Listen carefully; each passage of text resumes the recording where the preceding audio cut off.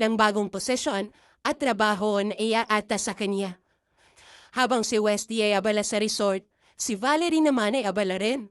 Pero hindi sa paraan na inaasahan ni Wesley. Abala ito sa ibang lalaki. Nasa isang pribadong iyat si Valerie kasama si Iago. Magkatabi sila nakahiga sa malambot na kama. Papahinga habang lumalayag ang kanilang sinasakyan sa kalmadong dagat. At habang tanging kumot lamang ang nakabalat sa kanilang mga katawan. Paano ko? Miyago na may halong selo sa boses. Ipagpapalit mo ba talaga ako kay Wesley? Hindi agad sumagot si Valerie. Isip kung paano niyang sasagutin ang tanong. Alam niyang kailangan niyang pakalmahin si Iago bago pa magwala ito. You know why I'm doing this? Iago, it's for us. Para sa atin to. And for Christ's sake, I am in bed with you. Tinignan ni Iago, nagdududa. Do you sleep with him? Oblivious sa tanong niya kay Valerie. Nanahimik si Valerie. Alam niyang delikado ang tanong na iyon. Ngunit bago pa magpatuloy ang kanilang pagtatalo, umupo si Valerie at hinarap si Iago at sinabing, You have to trust me, Iago. Mahal kita. At ginagawa ko lang ko para sa atin. Hindi ako magtatagal kay Westy. After we get what we need, aalis na tayo. We'll be together. That has always been the plan, right? Medyo nagalangan pa si Iago roon, pero kalaunan ay napapayag din siya ni Valerie. Alright? But remember, Valerie, I am watching you. And I am beginning to think you like him more than me. Mapusok na makinalikan ni Valerie si Iago. I like you. Way more than him.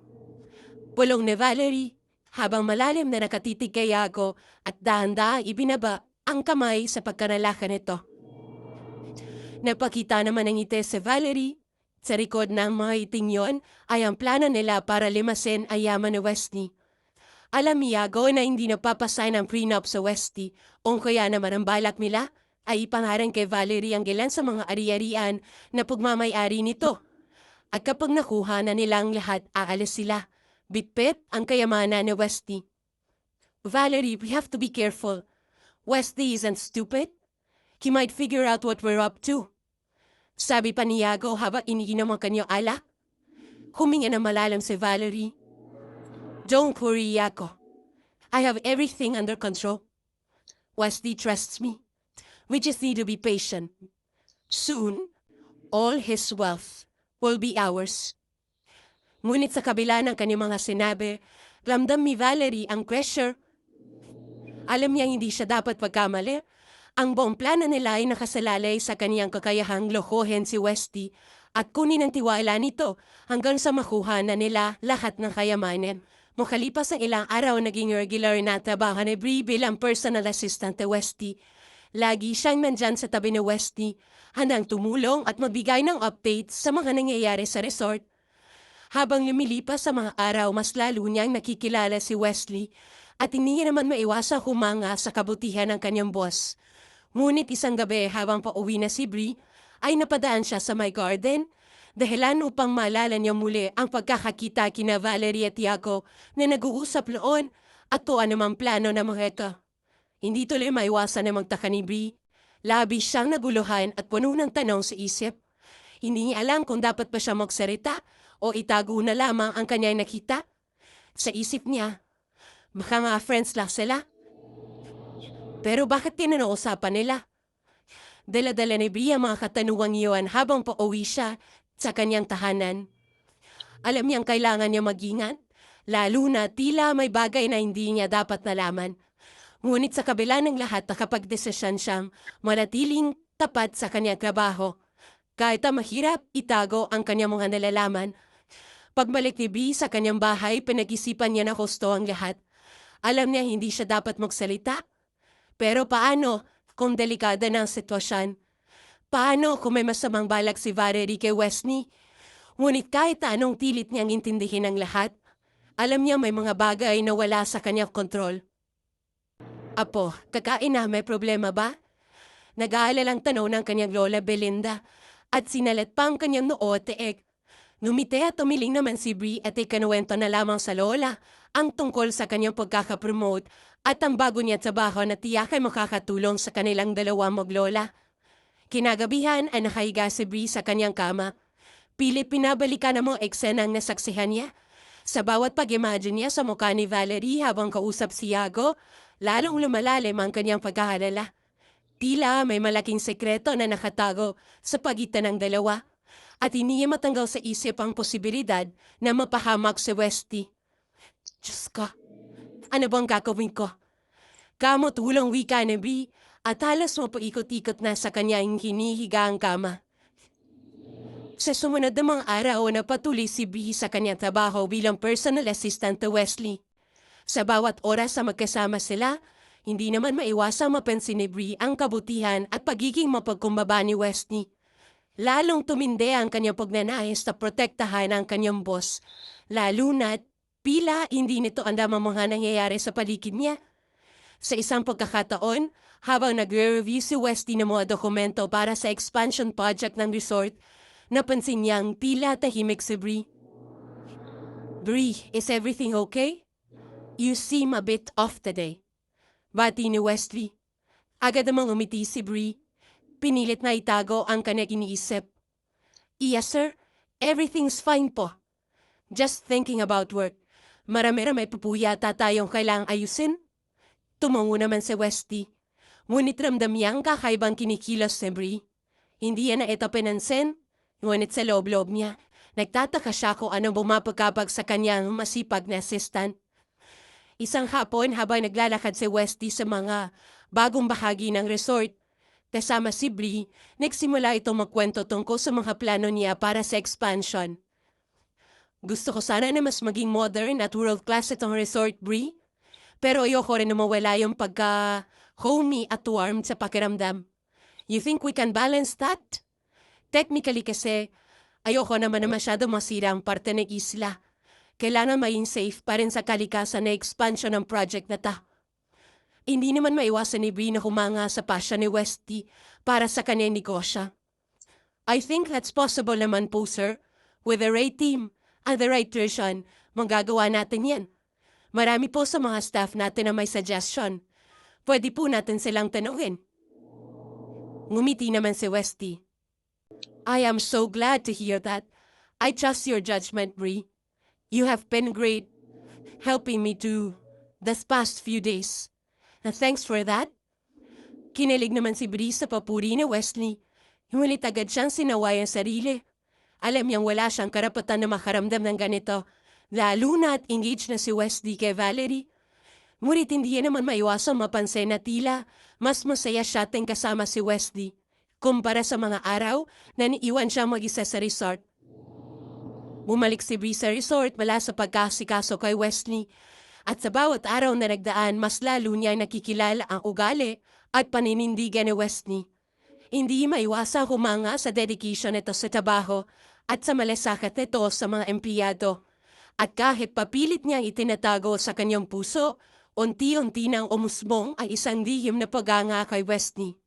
Hindi alam kung paano o bakit, pero sa bawat ngiti ni Wesley, sa bawat oras na magkasama sila, tila lumalalim ang kanyang nararamdaman. Ngunit alam niyang mali ito, lalo na't alam niyang engaged na si Wesley. Kaya pinilit niyang ilayo ang kanyang sarili sa mga ganitong damdamin. He's just being nice. Paulit-ulit niyang sinasabi sa sarili. He's just a good boss, Bree. Mabait lang talaga siya sa'yo. Huwag kang ganyan. Ngunit sa kabila ng kanyang pagsusumikap, hindi niya pa rin maiwasang isipin si Wesley bago siya matulog sa gabi. O kaya naman ay ngumiti kapag naiisip ang mga masasayang sandali nila sa trabaho. Lalo pa nitong pinatindi na isang gabi. Habang nagdalakad sila sa beach at tila ba bumabalot ang buong mundo sa katahimikan at ganda ng kalikasan. Bree, I've always wanted to ask you something.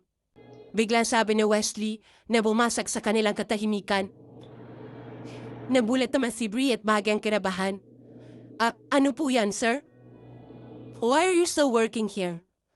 With your skills and your dedication, you could be anywhere else, earning more. Why stay here in this resort? We are so far from the civilization if you'd ask me. Puno ng pagtatakang usisa ni Wesley. Napaisip si Bree. Mala na umatanggap siya sa resort, hindi niya inisip na aalis siya. Mahal niya ang trabaho niya at mahalaga sa kanya ang pagiging malapit sa kanyang lola. Ngunit niyong kausap niya si Wesley na pagtantan niyang may mas malalim pa siyang dahilan. It's not just the job, sir. It's the people. If his place, it feels like home po. Nakangiting wika naman ni Bree. Tumungo si Wesley at tumete. I'm glad to hear that. I wouldn't want to lose someone as dedicated as you. Diyos ko, papakirig na naman. Bulong ni Bree sa sarili. Ano yan? Tanong naman ni Wesley na agad ikinailing ni Bree. Wala po.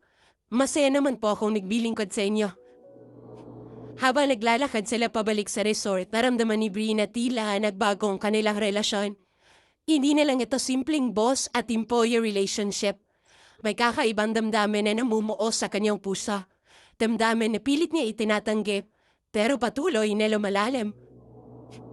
Ngunit masakit mang aminin, alam niyang para lang iyan sa kanya. Makalipas ang ilang araw, bumalik na si Valerie mula sa kanyang trip sa kabilang isla. Masaya siya. Tila ba wala nangyaring kakaiba habang wala siya? Agad niyang niyakap si Wesley at sa harap ng mga empleyado, ipinakita niya ang kanyang matamis na ngiti. Ngunit hindi nawala sa pansin ni Wesley ang tila ba lamig sa mga mata ni Valerie. Kahit pa all smiles ito, ramdam ni Wesley ang pagkakaiba sa kilos ito mula nang bumalik. Sinubukan niya mong pansinin ito, ngunit sa likod ng kanyang isip, alam niyang may kakaiba. Muli namang bumalik sa kanyang anormal na routine si Valerie sa resort. Ngunit ngayon, mas pinili niyang iwasan si Bree. Tila ba may alam si Valerie tungkol sa lihim na nararamdaman ni Bree para kay Wesley. At sa bawat pagkakataon na magkasalubong sila, ramdam ni Bree ang malamig na tingin ni Valerie na tila ba binabalaan siya na huwag magkakamaling magtangkang agawin si Wesley. Sa mga sumunod na araw, lalong naging tahimik si Bree. Pinilit niyang maging professional at ituloy ang trabaho bilang personal assistant ni Wesley. Ngunit hindi niya naman maiwasang mag-alala. Alam niyang mali ang kanyang nararamdaman, pero hindi niya alam kung paano ito mapipigilan. Isang araw, habang abala sa kanyang trabaho sa front desk, ay isinabay ring asikasuhin ni Bree ang ilang mga papeles na ipinasuyo sa kanya ni Wesley. Determinado pa rin siyang sikapin na pagsilbihan ang lahat ng tao rito sa resort. Habang inaayos sa mga papel sa folder, ay may narinig siyang boses ng isang matanda. Napatingin si Bree sa matandang babae, mukhang pulubi at diskusin pa matanda, at hindi maayos. Lumapit si Bree doon sa matanda upang alamin kung anong pakay nito roon. Magandang umaga po. Ako po si Bree. Saan po sila? Magalang na tanong ni Bree habang nakangiti. Hinawakan naman ng matanda ang kamay ni Bree. Magandang umaga. Itatanong ko lang sana kung saan dito si... Hindi pa natatapos sa pagsasarita ang matanda nang biglang dumating si Valerie. Dire-diretso naglakad si Valerie at taas na upang nagtungo sa reception. Suot ang napakaganda at sosyal na sundress. Isang hat na pinasadya pa at mamahaling sandals. Talagang mistulang finoflaunt man ni Valerie ang kanyang kayamanang natatamasa.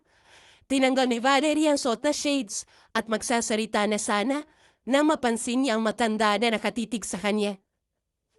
Who the hell are you? And what are you staring at? Mataray na tanong ni Valerie sabay tinitigan na matanda mula ulo hanggang pa. Ano tinitingin-tingin mo riyan? Boleles pa nita. Ako si Helen. May hinahanap lang ako. Mahinang tugon naman ng matandang babae. Halos patawa naman si Valerie sa iwinika na matanda. You're looking for someone? Here? It looks like you are in the wrong place, old lady. Wala kang puwang sa lugar na to. Maging si Bree at ang ibang mga staff ay nagulat sa naging pagtrato ni Valerie dito. Para bang wala talaga itong sinasento kahit ang matandang babae na ang kanyang kausap. Grabe ka naman magsalita. Huwag ka mo galala, hindi ako makakaistorbo. Dito lang ako sa gilid at meron na akong hinahanap. Magalang na sagot naman ng matanda. Lalo lamang lumakas ang pagtawa ni Valerie. Hindi mo ba ako naiintindihan? Can't you see na puro mayayaman na mo nandito sa resort? At saka paano ka nakapasok nito? Labas? Malakas ang hiyaw ni Valerie. At halos ipahiya na ang matanda. Hindi pa nakabuela ang matanda na tawagin na ni Valerie ang atensyon ng mga guard upang palabasin si Helen. Sandali, teka lang. Di naman ako manggugulo. Of course you are. Look at you. Ang tumi-dumi mo. Dumis ka lang sa exclusive resort na to. Hiyaw pa ni Valerie at saka itinulak ang matanda dahilan upang matumba ito sa kanyang tagidiran. Hay. May hinang wika nito habang nakahawak sa kanyang bewang. Matanda na ito kaya medyo mahina na ang kasukasuan. Pero walang awa si Valerie na naging tata niya rito. That's what you deserve. Masyado kang bayabang. Wala ka naman yung puwang sa ganitong lugar. Guards, kalad ka rin yun na palabas ang matandang yan? Utos pa ni Valerie. Agad na masuwan na mga gwardya at mahihilahin na ang matanda na agad na lumapit ang receptionist na si Bree sa kanila. Tahimik lamang na nanonood si Bree sa mga nangyayari. Pero mistulang hindi niya kinakaya ang makita at ramdam niya na nakawa-awa na ang disposisyon ng matanda. Malapit ang puso ni Bree sa mga matatanda dahil na rin niya sa kanyang lola Belinda. Ay kuya, sandali lang naman ho. Ako nang bahala si Ale o ginamon hong kalad ka rin. Matanda na nga at mukhang kawawa. Sige na, ako na lang mag-aasikaso. Uwi ka ni Bree. At saka agad nalalayan at hinawakan ng matanda. Napatas naman ang kilay ni Valerie sa kanya nakikitang eksena ngayon. Excuse me? At sa tingin mo, sino ka naman para magbayabayanihan diyan? Mataray ang tanong kay Bree. Sinabi naman ho ng Ali na hindi siya manggugulo. Huwag naman po kayong ganyan sa kanya. Matapang, ngunit magalang na tugon naman ni Bree. Aba, sumasagot ka pa ha? Bulala si Valerie sabay tulak din kay Bree. Napatingin naman si Helen kay Bree. Iha, alam mo ikaw babaita ka. Talagang sinasagad mong pasensya ka wa. Dapat talaga matagal na katang tinanggal. From now on, you are fired. You pathetic widow. Sagaw pa ni Valerie sabay bata ng kanyang bag kay Bree. Ilang sandali lamang ay dawating sa Wesley. Mom? Bika ni Wesley na makita ang kanyang mom. Agad siyang lumapit dito upang tulungan ito makatayo. Mom, why are you here on the floor? Push my mom. Irritable ang tanong ni Wesley sabay lingon sa kanyang paligid kung saan nag-iwas sa manang tingin ng mga staff. She's your mom? Gulat na gulat at hindi makapaniwalang wika ni Valerie. Nang mapagtantong ang matandang babaeng itinulak niya ay siya palang mom ng kanyang fiancé. Hindi naman sumagot si Wesley at tinalalayan lamang si Helen at saka ito tinitigan na mabuti. Since when ka pa dumating sa Pilipinas, Mom? At bakit ganyan na itsura mo? Why are you just like that? Did something happen to you? I'm okay, son. Gusto ko lang makita kung paano tutuwin ng mga staff sa resort ang mga bisita. Makahulugang wika naman ni Madam Helen, sabay tingin kay Valerie na gulat na gulat pa rin. Good morning, tita. Nice meeting you po. Kinakabahang bati ni Valerie. Is she bothering you po? We can get rid of her. Tatanggalin na namin siya sa trabaho kung gilugulo ka niya. Wika pa ni Valerie habang kinutukoy si Bree.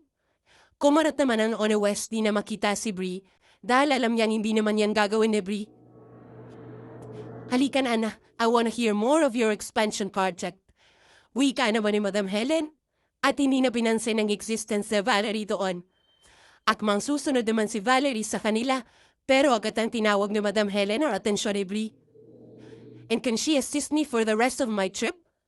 Pumayag naman sa Westy roon. At gusto rin mo kausap ang anak ko nang kami lang dalawa.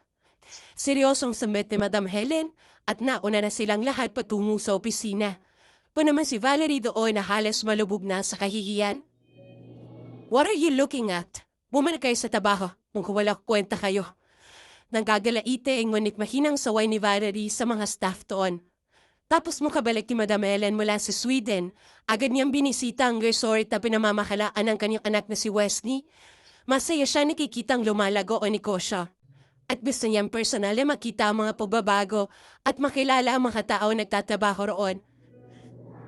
Lalo siya na-excite ang malaman niya ang kanyang anak ay engaged na pala sa isang babae. Naayon pa nga sa balita sa kanya ay isang babaeng kaakit-akit at tila perpekto para sa kanya nag-iisa anak. Ngunit sad to say, dahil mukhang dismayada si Madam Helen sa choices ng anak niya pagdating sa babae. Partikular na mukha-encounter nga niya si Valerie. Nang dumating si Madam Helen sa resort, agad siyang sinalubo ni Bree na agad namang napansin dahil sa kabaitan at kayusan ng trabaho. Hindi lang ito basta-basta isang receptionist, kundi isang empleyadong handang mong sakripisyo para sa kapakanan ng mga bisita at ng buong resort. Isa pa, hindi rin pansin ni Bree ang kanyang amo. Sa katunayan ay sinadya talaga magbis pulubin ni Madam Helen para makita kung gaanong kaya sa mga staff sa resort na anak. Mukhang doon nga rin niya nakita ang tunay na kulay ng fiancé na Westy. Idiyamak na mas nagustuhan pa nga niya ang pakikitungo ng isang hamak na receptionist na katulad ni Bree.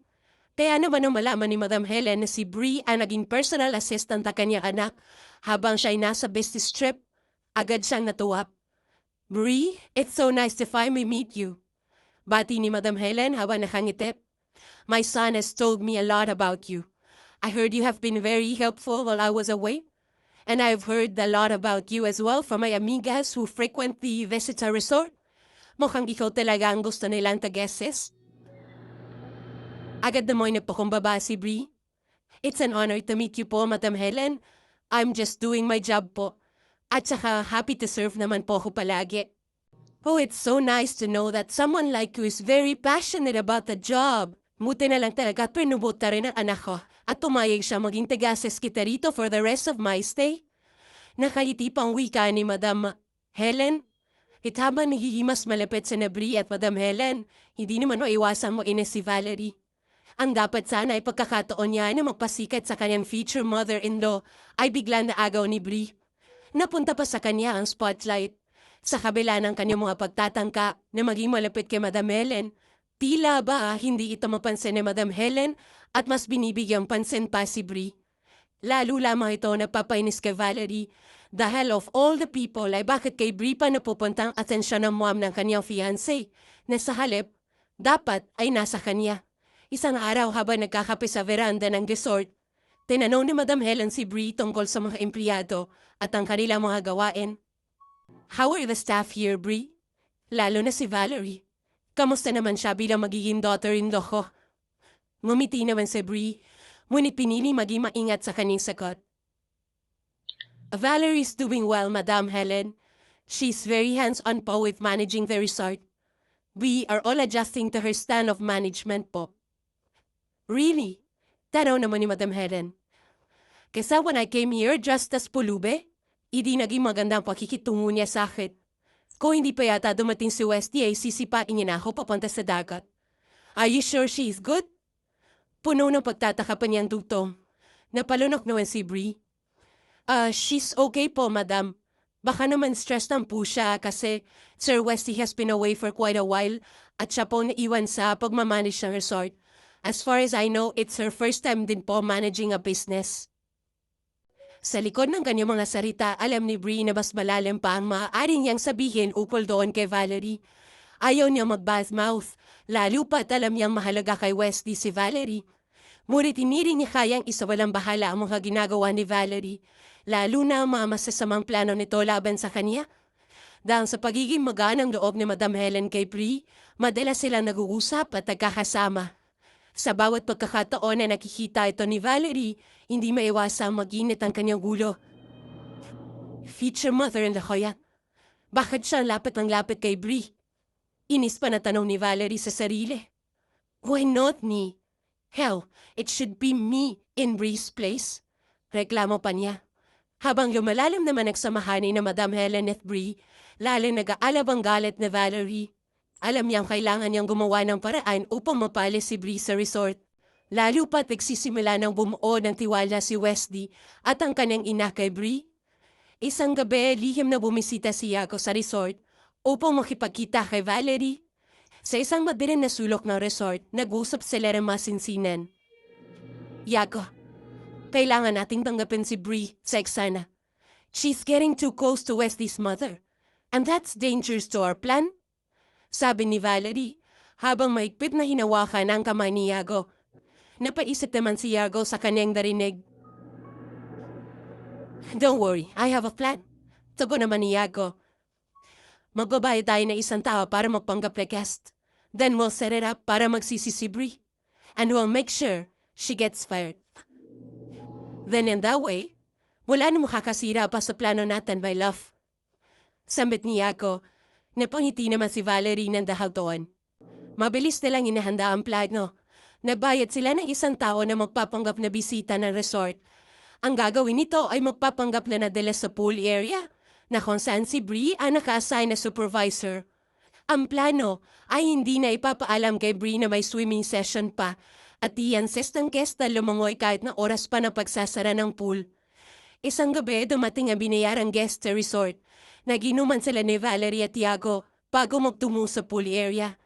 Naghihintay na si Bree na mag-lockming gate ng pool nang biglang lumangoy ang guest. Kahit sinabi ni Bree na sarado na ang pool at bawal na lumangoy sa ganong oras ay nag-insist ito. At bago pa man mapigilan ni Bree, nadala sita sa gilid ng pool at nagtamo ng fracture. Agad siyang sinisi at napayag si Bree dahil takot na mawala ang kanyang trabaho. Hindi ako pwede mawalan ng trabaho. Kailangan ko alagaan ang lola ko. Umiiyak na payag ni Bree habang hawak ang kanyang ulo. Labis na nalulungkot sa nangyari dahil nalaman niyan isinisisi nga sa kanya ang nangyari. Ang insidente ay umabot kay Wesley at Madam Helen. Nakarating ang balita na nagbabalak magdemanda ang guest laban kay Bree sa resort. Pakiramdam ni Valerie at Tiago, tagumpay na ang kanilang plano. Ngunit hindi nila inaasahan na magiging aksyon ni Madam Helen. Nang marinig ni Madam Helen ang tungkol sa insidente, agad niyang hinarap ang nagreklamong guest. Hindi naman nagdalawang isip si Madam Helen na ipagtanggol si Bree at harapin ang sitwasyon. Excuse me? Sabi ni Madam Helen sa nagreklamong guest. I was the one who ordered.